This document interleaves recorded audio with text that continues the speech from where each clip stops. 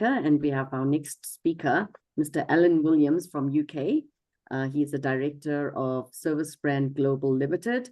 And the title for your talk is How Volunteering Helps Grow, helps your garden grow, should I say.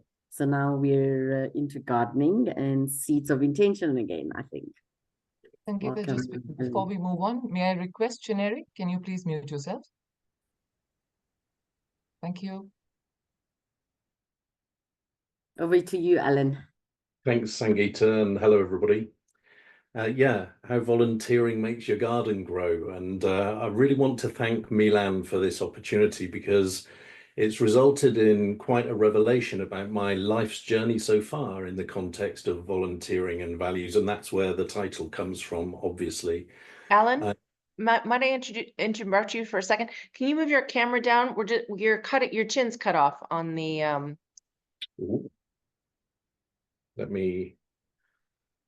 I wonder how that can be. Oh, because of my name being there, you mean? I think it's just the way the camera's positioned. Your chin was just cut off a little bit. Okay, you're full face now. Thank you, sir. I think that's the name tag position. That might be yeah, I think it's your camera because your name tag is there too, but I think it's if you just push your camera down a little bit, or your I don't know if you're on a laptop. I don't want to touch stuff. So oh, okay. All right. Well, no worries. Stand on your tippy toes then. Yeah. So I was saying, Milan, thank you for this because it's given me a bit of a revelation about values and volunteering, specifically regarding one of my core values, which is creation. And I define that as fresh thinking with others to create significant value. And that's all going to become clear in the next 15 minutes or so. And I hope we'll have a couple of minutes if either people want to ask any questions or if you want to use the time for something else. Now, I'm going to invite you all to come with me on a time travel trip. So if anybody doesn't want to do that, you really need to get off the bus now because we're about to go. And we're going to 1977. And I realize that some of you weren't even born in 1977. And we're going to a city called Plymouth in the southwest of England. So let's go. You won't feel a thing. Now, at this time in 1977, I was looking forward to my 18th birthday later in the month. And music was an important part of my life. Pink Floyd, Deep Purple, Rainbow, and Gong were go-to bands for me at that time. As far as more mainstream music was concerned that was released that year, I could tolerate Rumours by Fleetwood Mac. I hated Saturday Night Fever. And Exodus by Bob Marley and the Wailers, well, that's now one of my all-time favorites. What a year of classic music 1977 was. And these were the days when we'd listened to entire albums from start to finish. So can you imagine that? No playlists, no skipping tracks, just you and the music.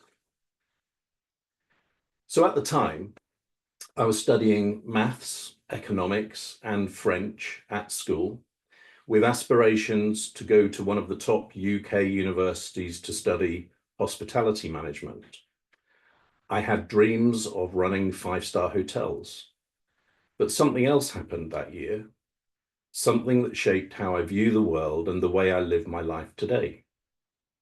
I was part of a small Friends of the Earth environmental action group in Plymouth.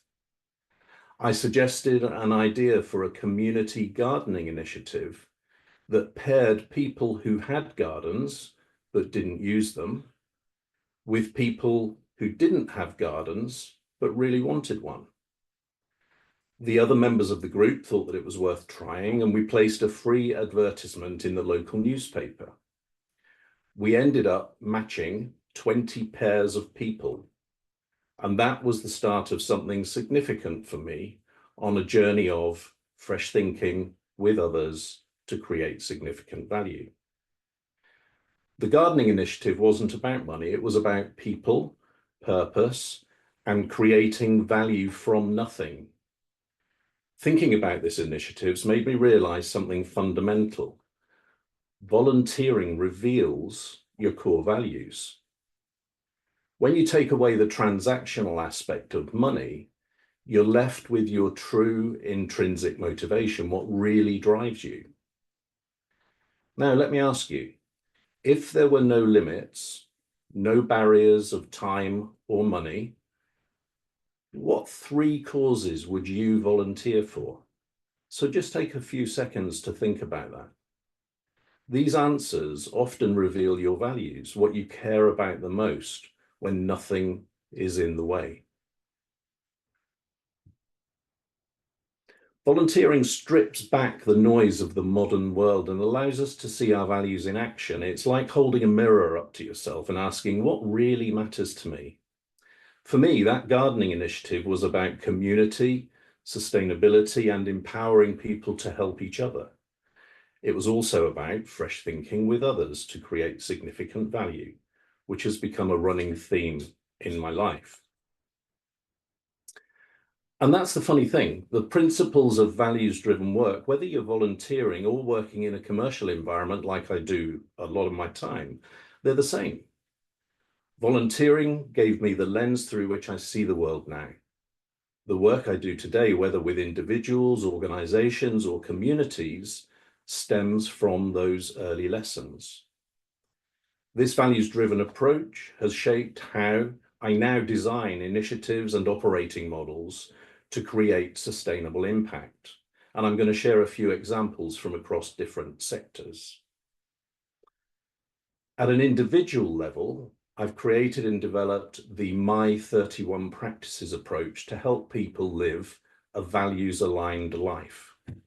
The way it works is that the My 31 Practices methodology helps people first identify their values and then translate them into concrete, observable behaviors.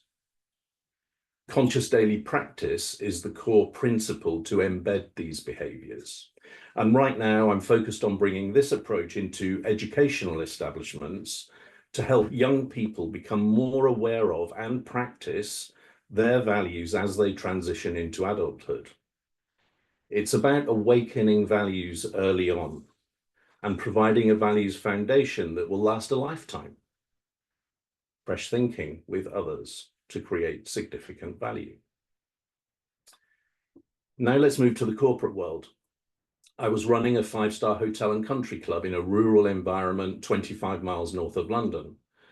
Our guests were people from outside the area, apart from local diners and members of the golf and country club, which was very expensive. So the general reputation with the local community was that our business was elitist and not really invested locally. I had the idea to hold an open day for the local community on a Sunday during summer, where we showcased all of the skills we had at our disposal. Golf lessons, a putting competition, cooking classes, cocktail demonstrations, tennis lessons, wine tasting, a photography competition, fitness classes. We invited our employees, so the team members, to volunteer for various tasks on the day. I dressed up as a clown and spent the day with a collection bucket seeking donations for a local hospice. We raised a lot of money. We recruited a couple of employees. We signed up some golf and leisure members, and our employees had a great time showing off their hotel. And many people in the community saw us in a totally different light. Fresh thinking with others to create significant value. On a community level, I can't help but think of an initiative I led after the 2004 Boxing Day tsunami. I was sitting in the pub with some friends discussing the disaster and wanting to help. Instead of the usual bake sale, we came up with a creative idea. A charity football, and I mean soccer, for those of you that need to know that, between the members of the local tennis club and the members of the local cricket club, where each player had to be sponsored. The community rallied around it and we raised several thousands of pounds. What was most important about this event was not the money raised, but how it empowered people to contribute in their own way, giving everyone a sense of collective kindness and compassion. That same ripple effect of kindness, that connection between values and action, is what drives community impact. Now, for those of you that have been here since the beginning of today's event, I also helped to create World Values Day with many other values practitioners, which Charles Fowler talked about and coordinates each year. And most recently, I've helped co-create the Voices of Tomorrow initiative, which gives youth a voice by inviting young people to express their vision of the future through the creative arts. Now, all of these examples have been about fresh thinking with others to create significant value. Now, one of the most fascinating things about volunteering is how it often breeds innovation, especially when resources are scarce. When you don't have a large budget or an endless supply of tools, you're forced to think creatively and work smart. That's what happened with the Garden Initiative and the Open Day and the Tsunami fundraiser and the rest. We didn't have much to start with or work with, but we had an idea, we had values, and that is what made it work. When we lean on our values and creativity, we find ways to make things happen. This principle is carried over into all areas of my work, from volunteering initiatives to large-scale projects in the corporate world. Whether we're in a community setting or a commercial environment, the question remains the same. How can we make a positive, lasting impact with the resources we have? And this brings me to a core idea, the ripple effect. When you volunteer, when you give without expecting anything in return, you create positive ripples. These acts of service, grounded in values, have a way of spreading, inspiring others and multiplying their impact. I've seen it with the Gardening Initiative. I've seen it with the Tsunami fundraiser and the other examples. The beauty of values-driven action is that it transcends the context. Whether you're helping a neighbor, running a business, or contributing to global initiatives like Voices of Tomorrow, the principles remain the same. It's about showing up, doing the right thing, and letting those ripples spread. So I encourage you to think about where your values lie. What would you do if there were no limits? What could you make a difference? Where could you make a difference today? Volunteering is a great way to uncover these answers. And as I've found out over the years, those insights aren't just helpful in volunteering. They're the foundation for everything we do in life. So in closing, I'll leave you with this. Your values are like seeds. Whether you're volunteering in your local community or leading a global organization, it's your values that help your garden grow. And volunteering can play a dual role.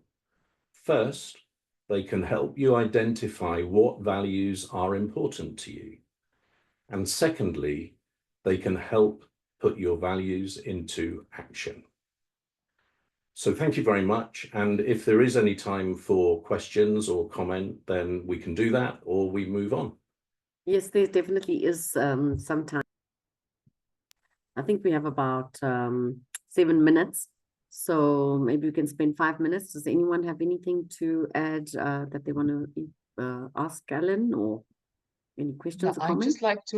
I'd like to compliment Alan firstly. I think this was such a brilliant, fresh wave of thought, saying volunteering unveils your values. Oh my God, that was like a moment for me, literally, when you said that. And it is so true. In all the examples you've just showcased, comes around so clearly that it can go the reverse. You know, you don't always have to identify your values first to then move ahead with volunteering. So it's completely beautiful, and kudos to whatever you've done. I mean, I think it's very nice. I was smiling through and through as you were speaking. So I really want to applaud whatever you've been doing. But I think it's a very fresh take on making sure that you first at least step out to do volunteering, identify your values through that, and then convert it into action, as you said. So thank you. Thank you for your talk, Alan. Thank you, Kuljit. And I think sometimes we take we look at values in the head, and that's not the best place to start looking. If you look to your heart and your hands and ask yourself, what is it that you're happy to be doing and want to be doing, taking money out of the scenario so that all you're left with is your true intrinsic motivators, that will unveil your values. Wasn't it Absolutely. Maya I couldn't agree Angelou? more. Oh, sorry. Wasn't it Maya Angelou who said, "Show me who you are and I'll believe you"? Yeah. Is it? I didn't know that. That's Yeah, great. and well, I'm sure many people have said it, but she famously said that, and I think that really is showing people who you are and what your values are by how you spend your time. Ellen, thank you. I'm Angela from Johannesburg, and I just wanted to thank you for your talk and all the work that you guys are doing with Values Day.